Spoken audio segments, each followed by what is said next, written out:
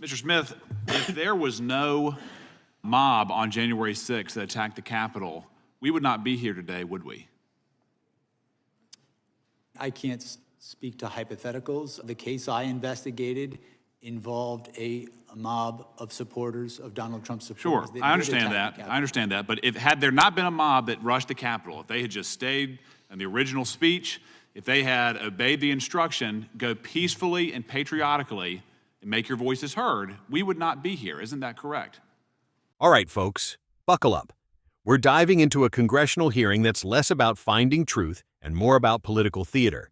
We've got Rep. Knott trying to spin the narrative around January 6th, and Special Counsel Jack Smith just trying to stick to the facts. It's like watching a master debater trying to reason with a brick wall, but the brick wall has a microphone.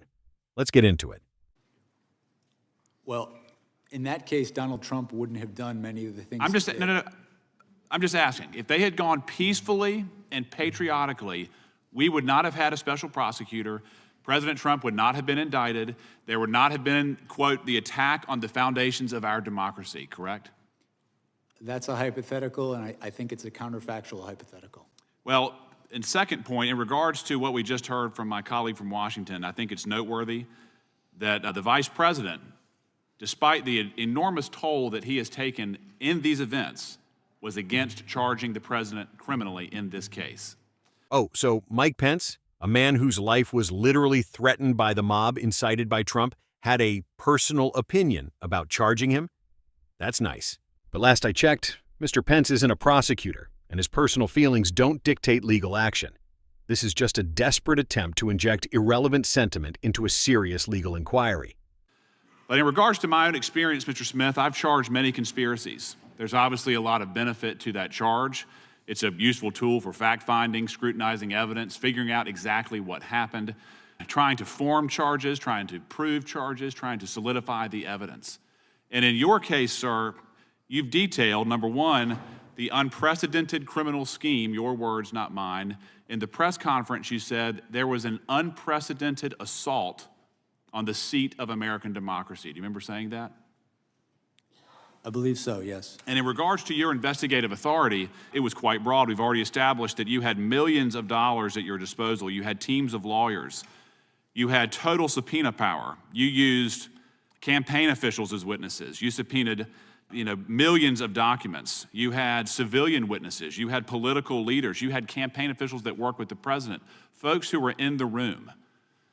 And after all of this, sir, you charged a conspiracy, and notably absent, there was no insurrection charged.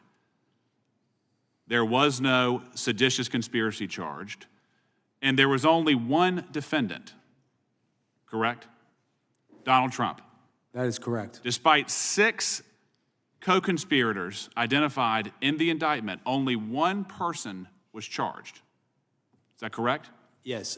Yes, it is correct. And that's usually how these things work, isn't it? When you're dealing with a criminal conspiracy, you often target the person at the top, the one pulling the strings, who is ultimately most culpable. It's not some grand mystery. It's standard prosecutorial strategy to go for the biggest fish.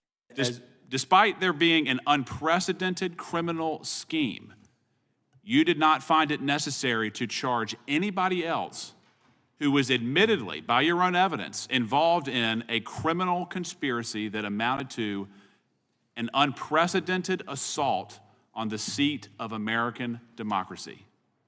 Yes. At the time of the conclusion of our work, my lawyers had believed that we did have proof to charge other people.